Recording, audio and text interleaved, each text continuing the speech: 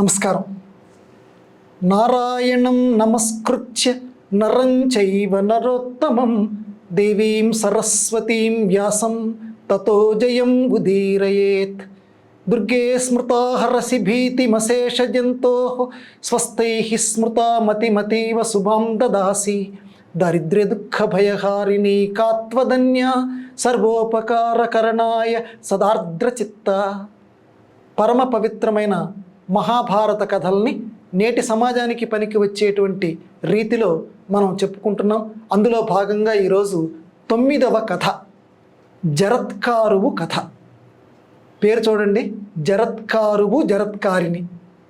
ఎందుకంటే ఈ పేరులోనే చాలా విశేషం ఉంది. ఈ జరత్కారువు అనేటువంటి వాడు నేను పెళ్ళే చేసుకోను అని ఒక తీర్మానం చేసుకున్నటువంటి వాడు.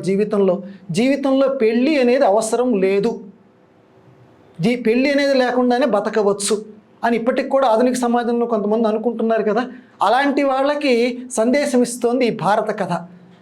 ఈ జరత్కారువు ఇలాగ తపస్సు చేసుకుంటున్నాడు. ఒకరోజు అడవిలో వెళుతూ ఉంటే ఆయనకి మునులు కొంతమంది కనిపించారు. ఎలా కనిపించారంటే ఒక చెట్టు కొమ్మకి వేళ్లాడుతున్నారు. చెట్టు కొమ్మ వేళ్ళకి, కొమ్మకు కూడా కాదండి, వేళ్ళకి.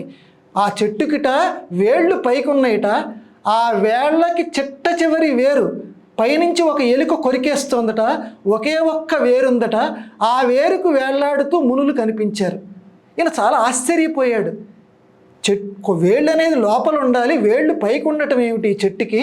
పోనీ అన్ని వేళ్ళు లేవు, వేళ్ళన్నీ ఎలుక కొరికేస్తుంది, ఒకే ఒక్క వేరుంది, ఆ వేరుకి వీళ్ళందరూ వేళ్లాడుతున్నారు, ఇది చూడటానికి చాలా విచిత్రంగా ఉంది అని చెప్పి, అయ్యా మీరెవరు అని అడిగట ఈ జరత్కారువు ఆ మునుల్ని.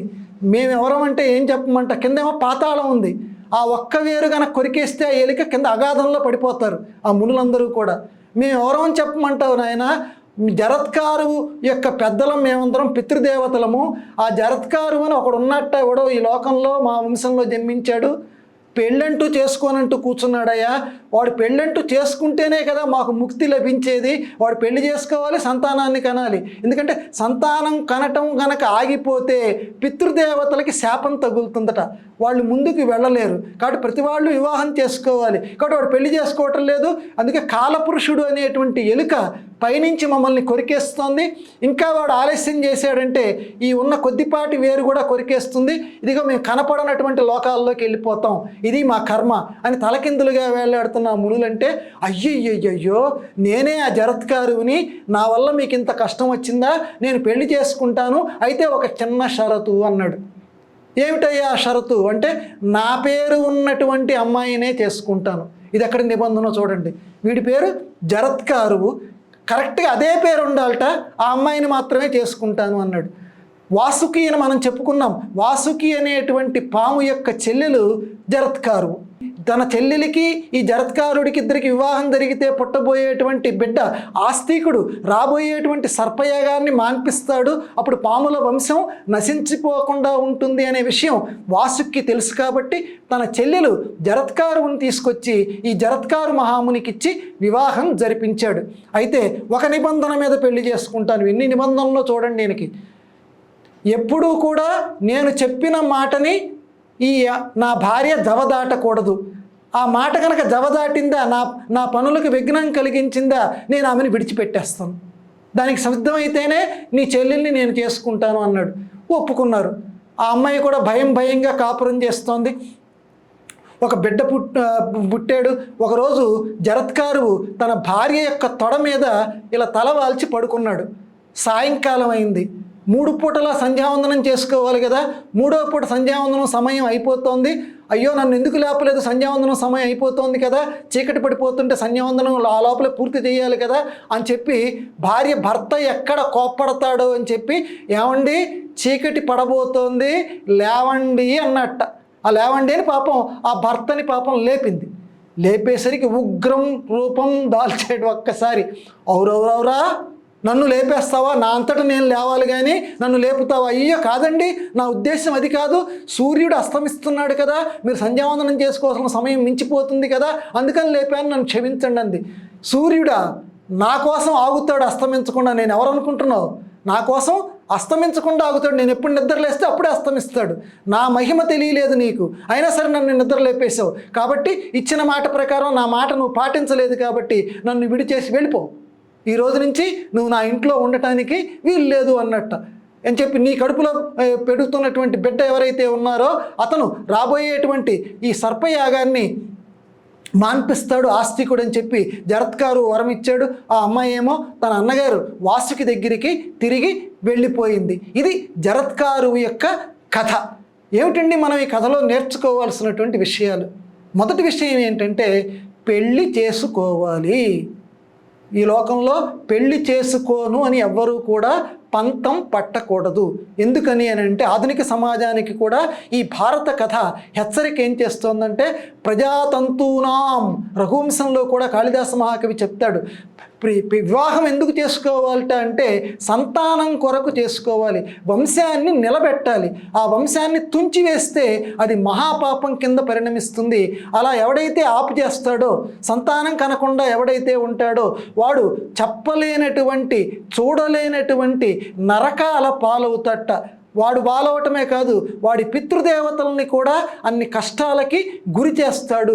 అందువల్ల వివాహం చేసుకోవాలి. వివాహం అనేది మన భారతీయ సంప్రదాయంలో కామం తీర్చుకోవటానికి కాదు, సంతానం కనటానికి, వంశాన్ని అభివృద్ధి చేయటానికి, దానికోసం ధర్మబద్ధంగా. ఎందుకనంటే ధర్మ, అర్థ, కామ, మోక్ష అనేటువంటివి 4 పురుషార్థాల కింద చెప్తారు. ఇందులో చూడండి, ధర్మం మొట్టమొదట పెట్టారు. రెండవది అర్థం, అంటే అర్థం అంటే డబ్బు. అర్థం సంపాదించాలి, డబ్బు సంపాదించాలి. ఎలా సంపాదించాలి?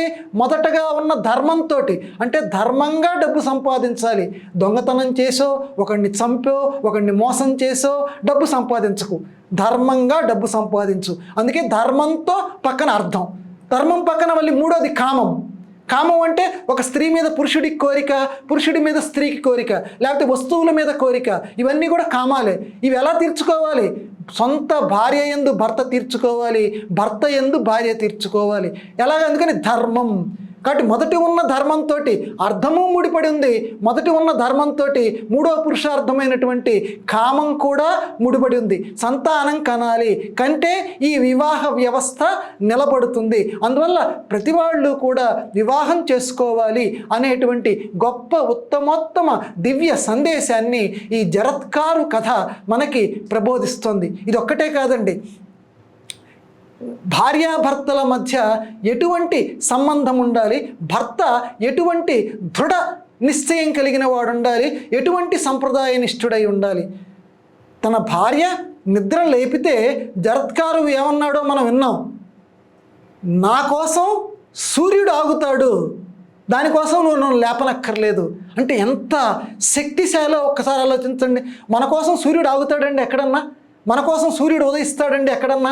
కానీ తాను చెప్పినట్లుగా సూర్యుడు అస్తమిస్తాడట. అయ్యో ఈయన ఇంకా సంధ్యావందనం చేసుకోలేదు, నేను అప్పుడే అస్తమించకూడదని చెప్పి సూర్యుడు అస్తమించకుండా అలాగే ఉంటాడట. అంటే ఇక్కడ అర్థం ఏంటంటే మన భారతీయ సంప్రదాయంలో ఉత్తమోత్తమ గుణాలు కలిగి ఎవరైతే చక్కగా తపస్సు చేసుకుంటారో వాళ్ళకి ఈ చుట్టూ ఉన్నటువంటివన్నీ కూడా లోబడి ఉంటాయి. సూర్యుడైనా చంద్రుడైనా అందరూ కూడా అతని చెప్పినట్లు వింటారు. కాబట్టి అన్నిటికంటే గొప్పదైనటువంటి తపస్సుని అందరూ ఆచరించాలి. ఈనాటి యుగంలో కూడా భగవంతుడిని తలుచుకోవటమైన తపస్సు అంటే అడవులకు వెళ్ళి ముక్కు మూసుకొని చెట్ల కింద కూర్చోవటం కాదు. భగవంతుడి మీద నడిచేటువంటి దేవుడు కంచి పరమాచార్య చెప్పారు, 5 సెకన్లైనా భగవంతుడి మీద మనస్సు నిలపగలిగితే అది గొప్ప తపస్సు అన్నారు. ఎవరికి వాళ్ళం మనం ఆలోచించుకోవాలి. అటువంటి తపస్సు చేసుకోవాల్సిందిగా ఈ భారత కథ మనకి ఆధునిక సమాజంలో ఉన్నటువంటి మనందరికీ కూడా ప్రబోధిస్తోంది. ఆ రకంగా ఉత్తమోత్తమ గుణాలు కలిగినటువంటి వారే అందరూ కూడా వివాహాలు చేసుకొని ఈ వంశాభివృద్ధి చేసి చక్కగా ఈ భారతమాత యొక్క సౌభాగ్యాన్ని పెంచెదరుగాక. నమస్కారం.